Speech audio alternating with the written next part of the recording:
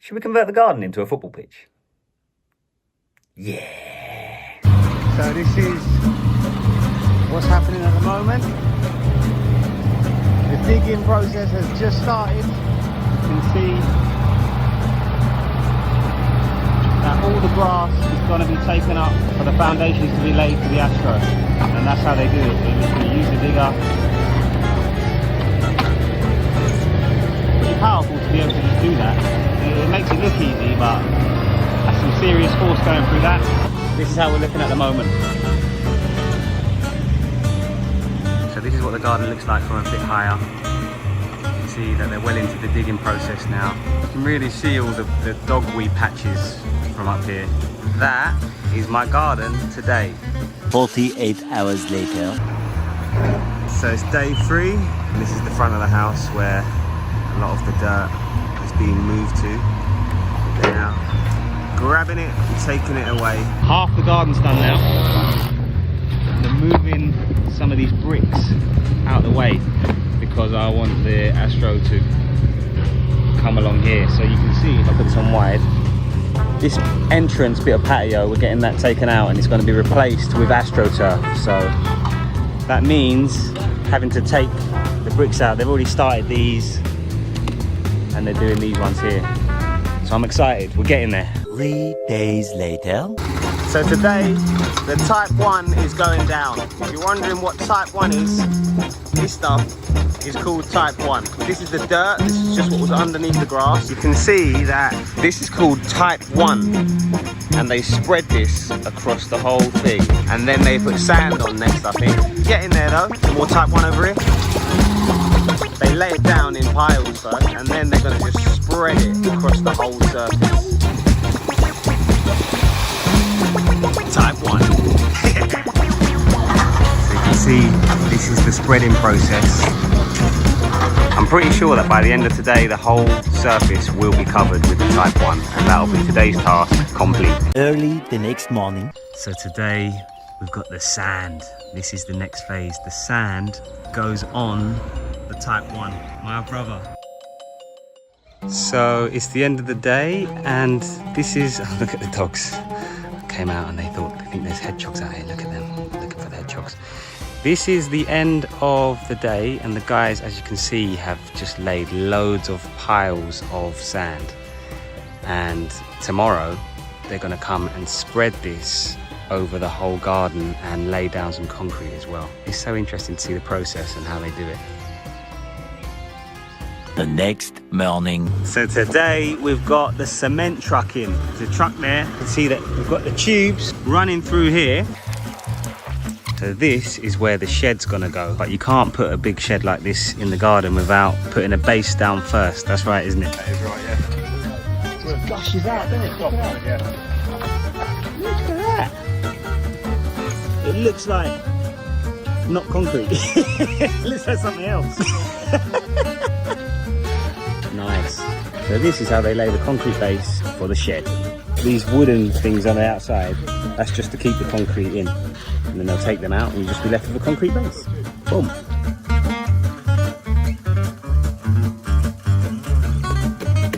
So have a look at this technique that the guys use to level out the concrete. Clever really. Just pat it down with this piece of wood. Clever. Never knew that was how it was done. The next morning. So today we've got a lot of vehicles on the drive because there's a lot going on. This is a new pile of sand. Let's go out to the garden and see where we're up to. So today's job, as you can see, is to level out the sand. This is one of the final stages before we're ready to start laying the AstroTurf. So this is the concrete base for the shed. You can see that the wooden panels have been taken away and you're just left with pure concrete. And this is all ready for the shed to be laid. Right.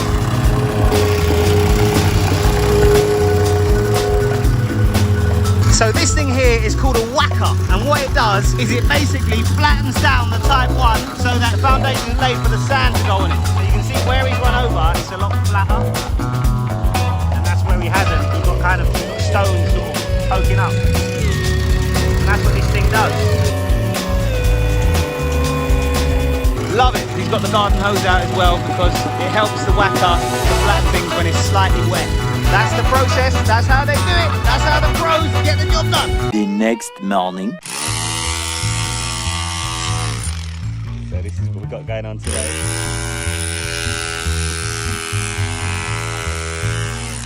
So we're getting rid of these tiles because we want this this to be a little Astro entrance, which we think will look really nice.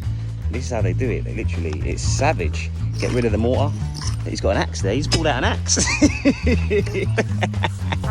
Love it. And then you just crank it out. Look at that. My granddad used to say, if I had a lever long enough and a fulcrum strong enough, I could move the world. 6.5 hours later. So the guys have just left for the day, and this is how we're looking. You can see that the whole garden is now covered in sand. They've flattened most of it, as you can see. There's a few bits to do there left, but it's ready and prepped for, ta-da, the AstroTurf. This is the first look at the Astro. Boom. It's looking good. The colour's looking good. You can see that there's 1, 2, 3, 4 big rolls of AstroTurf, and that's going to get rolled out tomorrow. Tomorrow is a huge day. Tomorrow is a massive day. They're going to lay most of, if not all of the Astro tomorrow. So I can't wait to see that happen, because that is the bit that we've all been waiting for. The next morning. Here we go. Here we go. So this is a membrane that sits underneath the Astro. The Astro will get rolled on top of that. This is what lies underneath AstroTurf.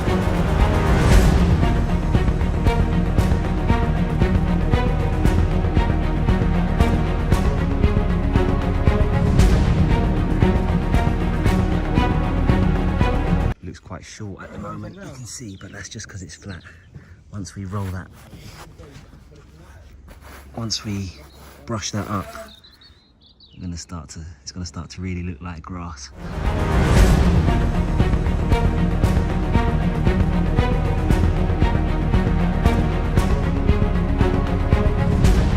Here we go.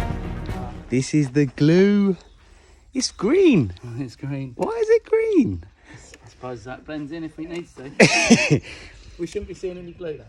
This is the glue that goes on the strip that the sheets are going to stick to. This is very cool seeing this part of the process. I've got to admit, that's how they do it.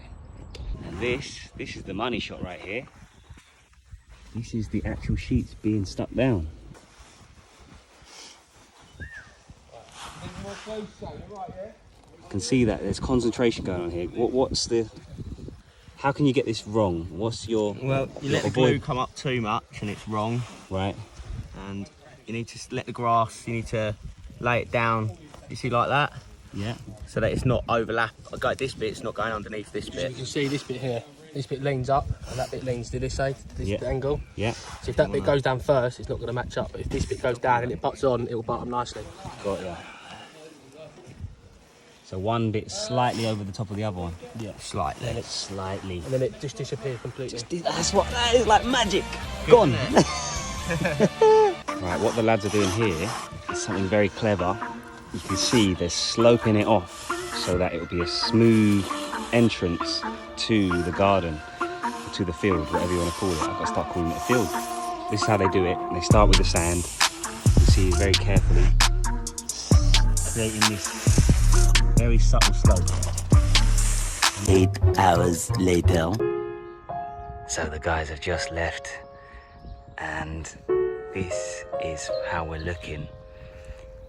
You can see here that they've left sandbags along all of the joins, and you can guess why. That's just to keep the pressure on it so that it stays down and stays exactly where it should be and doesn't move through the night while the adhesive sets.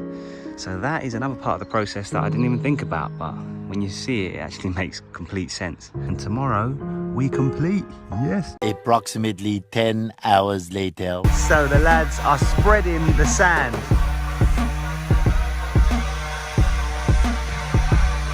What's this device called? Sander. A sander. Look at that. Look at spread sand across the surface. Quick reload. In it goes. That is so cool. The shed has just arrived. This is how it arrives. The lads are just going to take it off the back of the van and then take it through to the garden and assemble it.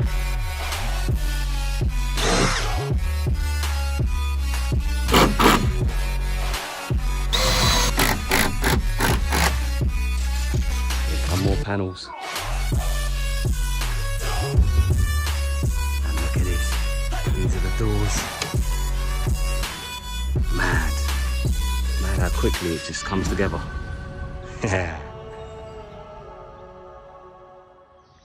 So the shed is complete and this is how it looks.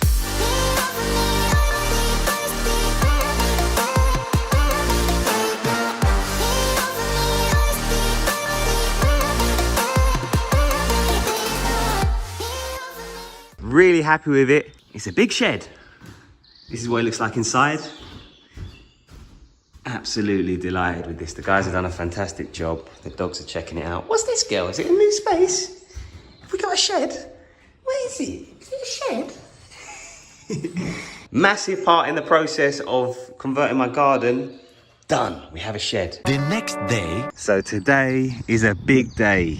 Today, the goal arrives and is going to be assembled and put up in the garden. I can't wait for this. I've been looking forward to this day for a long time. And also the ball stop, which is the net which goes behind the goal, is going up. And you can see we've already done the groundwork for this, and we've dug the holes for the poles to go in.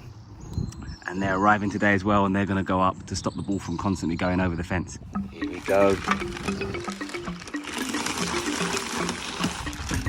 First sight on the woodwork. You can see this is Prem standard. This is Prem standard. It's a 9-a-side goal, so it's slightly smaller just to fit the garden well. Trust me, it's gonna look unbelievable when it's up.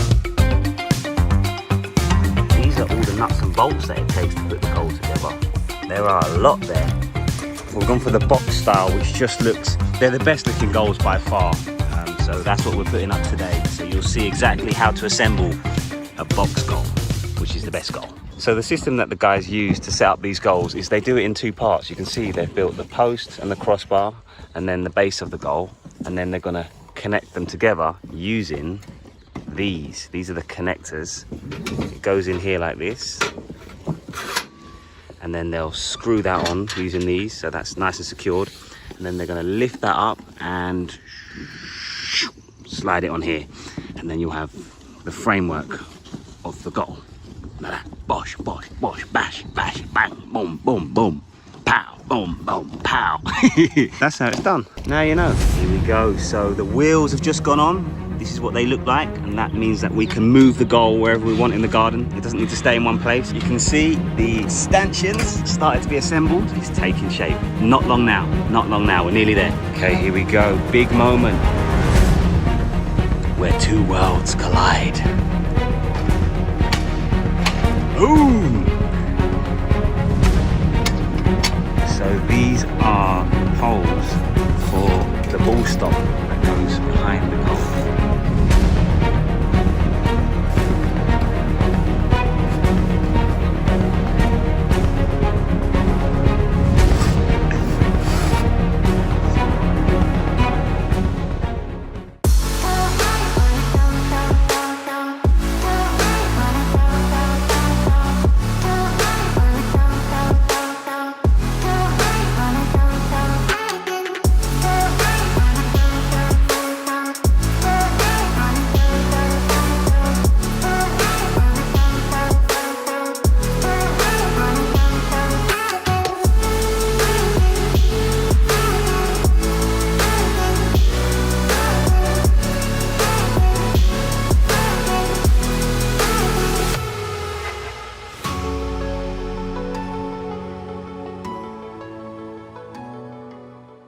So that's it, the job is pretty much done. We've got the AstroTurf, we've got the goal, we've got the shed. I'm gonna add floodlights on the house and probably on the poles as well, just so that if I want to train at night, I can. And I'm also gonna get one of those AstroTurf cleaners that also lets you control the grain, so I'll be able to make lines in the field, just like Wembley or one of the top stadiums.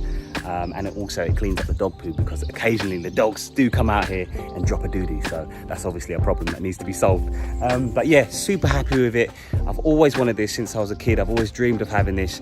Obviously never could, didn't have the space, didn't have the money, didn't have the opportunity, couldn't get near it. So I feel truly privileged, grateful and blessed to have been able to work myself into a position where I can get a pitch in my garden. It's unbelievable. So now I've got no excuse not to train and not to put the work in. So I'm going to be up early in the mornings out in my own garden now, putting in that work. So guys, I hope you've enjoyed watching this process. I hope you've learned something. I've learned so much along the way. I didn't know how any of this was done, and now I feel like I've had a little bit of an education in how to build an AstroTurf pitch.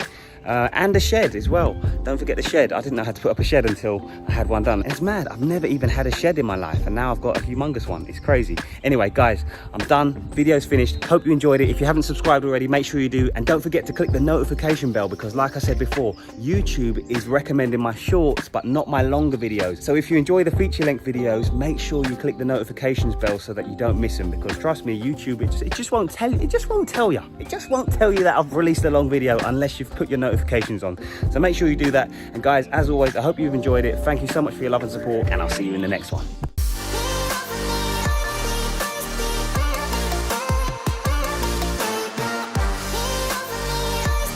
Oh yeah, and don't forget to leave a comment in the comment section below, because I genuinely read every single comment. So guys, again, hope you enjoyed it. I'm out. Peace.